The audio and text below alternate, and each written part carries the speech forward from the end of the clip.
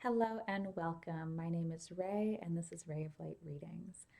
I wanted to kick this video off and start talking about the dualistic nature of tarot cards, not simply for the reader, but for the querent. Um, I have had a couple of experiences recently in readings that have, I think, been a little illuminating for myself. Sometimes we are told something we also need to hear when we are reading for someone, which is always a little painfully true.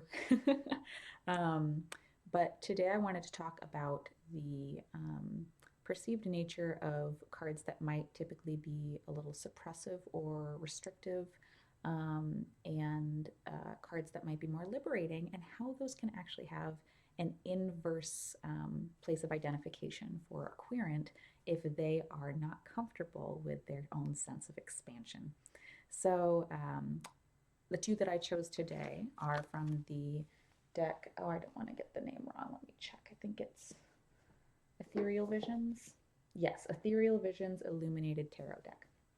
And I use this deck a lot for relationship and self-reflection readings, and I absolutely adore it. It's a gorgeous deck. And the two cards that I wanted to bring today were the World and the Eight of Cups. Pardon the sunlight glinting off of these.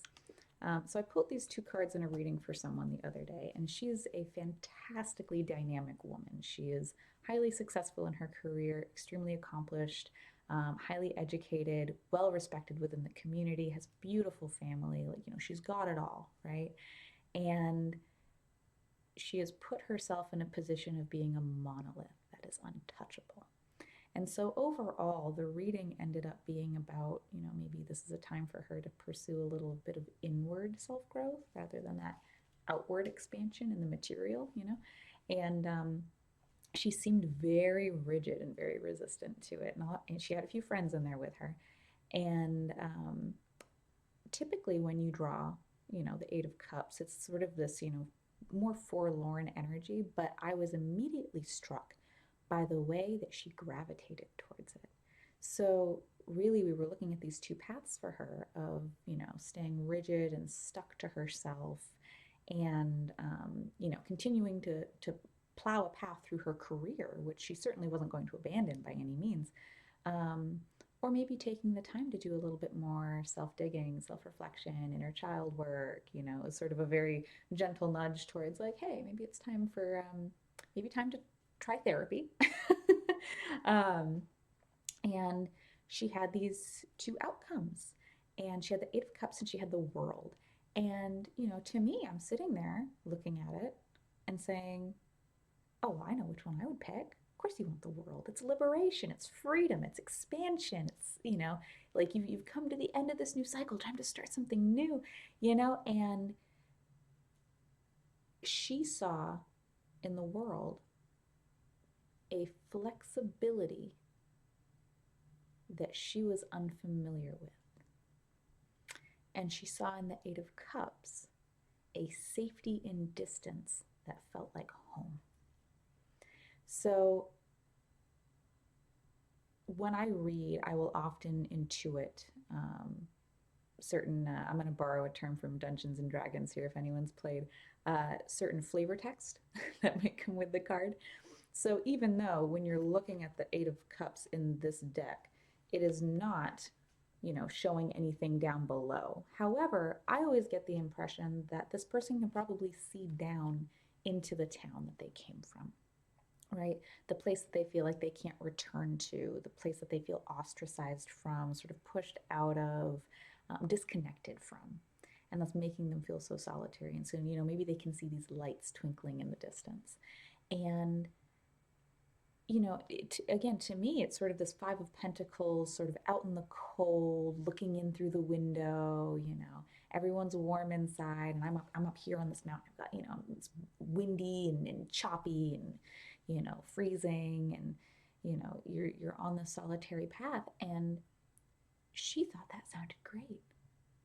She said, well, no one can touch me up here.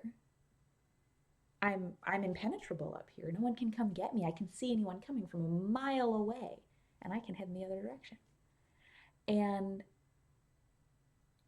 it honestly took me by surprise because I thought when we are in a state, particularly as women, of hyper independence, this sort of monolithic, no one can get to me, no one can help me, no one can see me, no one can touch me energy is very appealing. And so here I was reading this as, oh, you're going to feel kind of alone out in the cold. Like, it's a very lonely path to walk into. Her, she's seeing safety.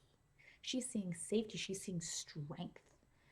And when she's looking at the world, she's seeing this source of femininity that she's not really familiar with. I mean, she wears heels and dresses and has her makeup done every day, but she doesn't have that sense of fluidity and receptivity. That to her was terrifying. And so the energies for her were very shifted. She was afraid of this card. She did not want the world. Of course, her friends were all on her about it. Who does your husband want to come home to, huh? This hermit up on the hill or this, lady with everything hanging out, having a good time, party girl, right? Um,